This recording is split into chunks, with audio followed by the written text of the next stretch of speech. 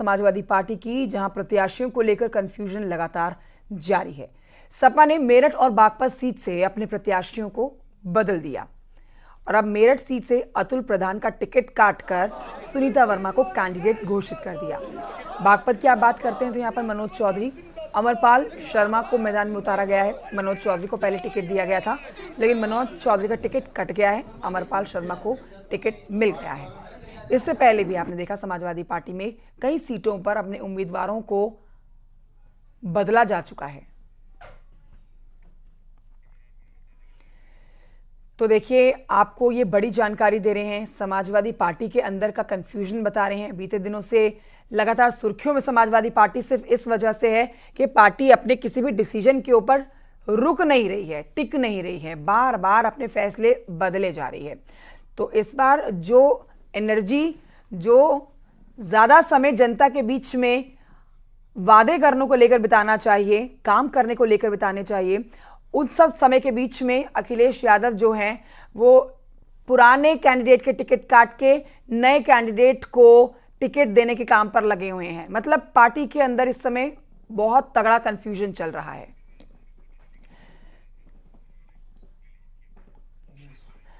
हमारे साथ हमारे सहयोगी जुड़ेंगे इस पर और जानकारी के साथ। मेरठ से मेरे सहयोगी उमेश श्रीवास्तव मौजूद हैं और हमारे साथ एक और सहयोगी हमारे जुड़ेंगे बागपत से शहजाद राव, उनकी तरफ भी चलेंगे। लेकिन मेरठ चलते हैं सबसे पहले। देखिए, लगातार हमने देखा उमेश, चाहे वो मुरादाबाद हो, चाहे वो रामपुर हो, चाहे वो मेरठ हो, अब बागपत हो, हर जगह पर अखिलेश यादव की कंफ्यूजन बढ़ती ही जा रही है। अब आज दूसरे चरण का नामांकन करना है और यह भी कहा जा सकता है कि ऐन मौके पर ही कुछ बदलता हुआ हम कुछ बड़ा खेल होता हुआ देख लें। मेरठ में क्या लग रहा है कि अब जो नया प्रत्याशी सुनीता वर्मा को मैदान में उतारा गया है वही नामांकन करेंगी, वही कैंडिडेट है समाजवादी पार्टी की? उमेश जी देखिए, एक गीत है, कंफ्यूजन ही कंफ्यूजन है, सॉल्यूशन कुछ पता नहीं। समाजवादी पार्टी का कुछ यही हाल है, कंफ्यूजन ही कंफ्यूजन है, सॉल्यूशन का कुछ पता नहीं है। निश्चित तौर पर समाजवादी पार्टी के अंदर राजनीतिक कुश्ती जारी है। यहां राजनीतिक पार्टियां एक दूसरे को पटखनी देने के लिए तैयार हैं और समाजवादी पार्टी में आपस में ही एक दूसरे को पटखनी देने के लिए नेता तैयार हैं। जिस तरह से समाजवादी पार्टी में टिकटों की अदला बदली हो रही है, उससे साफ जाहिर होता है कि समाजवादी पार्टी में सब कुछ ठीक तो नहीं ही चल रहा है। मुरादाबाद में क्या हुआ, रामपुर में क्या हुआ, बदायूं में क्या हो रहा है, बिजनौर में क्या हुआ और मेरठ में क्या हुआ। मेरठ में सबसे पहले भानु प्रताप सिंह को प्रत्याशी घोषित किया गया, कुछ दिनों बाद अतुल प्रधान को प्रत्याशी घोषित किया गया। भानु प्रताप ने भी नामांकन पत्र ले लिया, रफीक अंसारी ने भी नामांकन पत्र ले लिया, योगेश वर्मा भी नामांकन पत्र ले आए, सुनीता वर्मा भी नामांकन पत्र ले आई और आज सुनीता वर्मा को कुछ देर पहले प्रत्याशी घोषित कर दिया गया है। क्या यह फाइनल है? सबसे बड़ा सवाल यही है, क्या सुनीता वर्मा ही मेरठ हापुड़ लोकसभा सीट से समाजवादी पार्टी की प्रत्याशी होंगी? ये सबसे बड़ा सवाल है। तो निश्चित तौर पर सुनीता वर्मा को फिलहाल अभी तक की सूचना के हिसाब से सुनीता वर्मा को प्रत्याशी बनाया गया है। लेकिन जल्दी से हम रिएक्शन शहजाद राव से भी ले लेते हैं, क्योंकि बागपत में भी प्रत्याशी बदला है। शहजाद राव, बागपत से भी इस समय हम कह सकते हैं कि कभी भी कुछ भी हो सकता है। पार्टी ने नए नाम की घोषणा तो कर दी है, लेकिन उनका पत्ता भी कट सकता है। अब ये मौका दे रहे हैं पार्टी की तरफ से विपक्षी दलों को, या फिर आप कहिए कि अभी आरएलडी के नेता जयंत चौधरी ने तंज भी कसा है उनके ऊपर। उन्होंने कहा है कि जिसका टिकट नहीं कटा है वो भाग्यशाली है।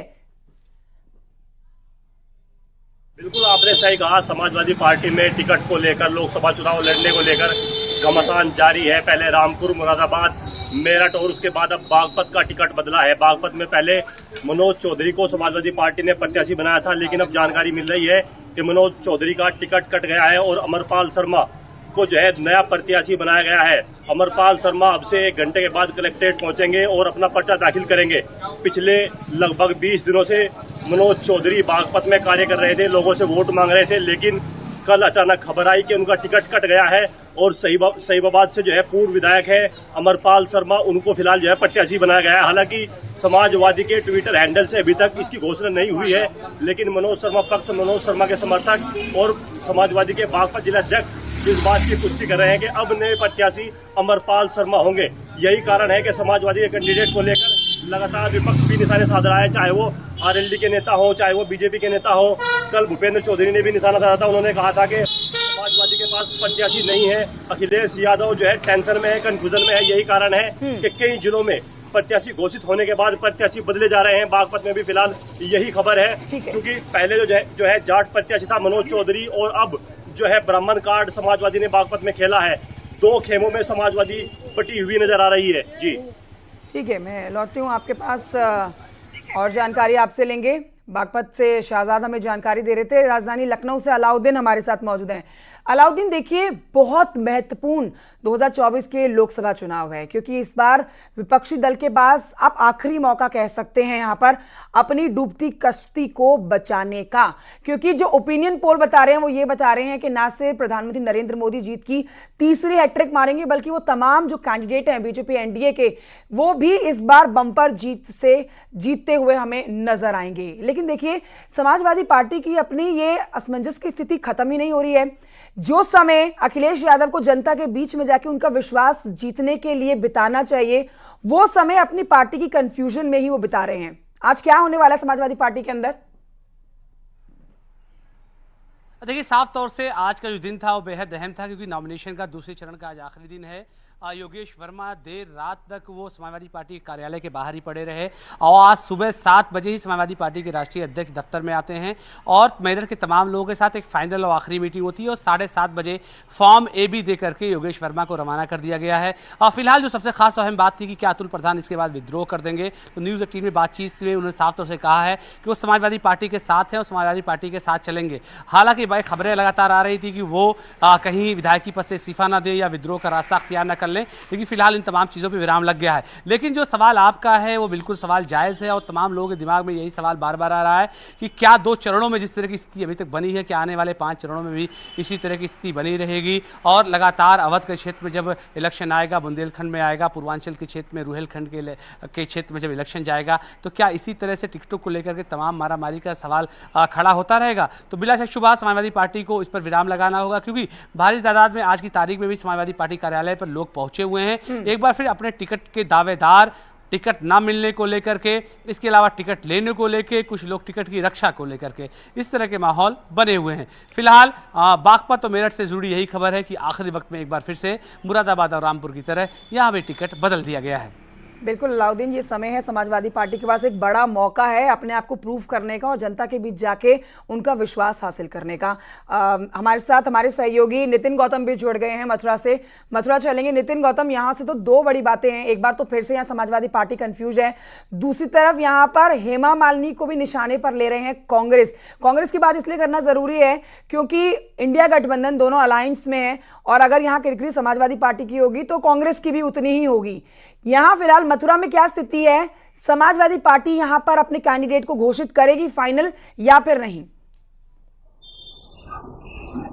देखिए, मैं अपने दर्शकों को बताना चाहूंगा कि मथुरा में जो है सपा और कांग्रेस का जो गठबंधन है उसमें कांग्रेस के खाते में ये सीट गई हुई है। और अगर हम बात करें तो कल शाम तक के जो है यहाँ पे ऊहापोह की स्थिति बनी रही, क्योंकि विजेंद्र सिंह का नाम सबसे ज्यादा चर्चाओं में था कांग्रेस की ओर से, लेकिन विजेंद्र सिंह कांग्रेस में जो है छोड़कर भारतीय जनता पार्टी में शामिल हो गए। तो लिहाजा जो है कांग्रेस और सपा के सामने यहाँ पे प्रत्याशियों को लेकर असमंजस की स्थिति बनी हुई थी। लेकिन कल देर रात जो है मुकेश धनखड़ को कांग्रेस ने अपना प्रत्याशी बनाया, जो आज नामांकन करने जा रहे हैं। वहीं अगर बात हेमा मालिनी करें तो हेमा मालिनी जो है आज अपना नामांकन करने जा रही हैं। हेमा मालिनी ने जो अपना नामांकन किया हुआ, और हेमा मालिनी के नामांकन सभा को करने के लिए सूबे के मुख्यमंत्री योगी आदित्यनाथ यहाँ पर आ रहे हैं। बहुत शुक्रिया आपका जानकारी के लिए। देखिए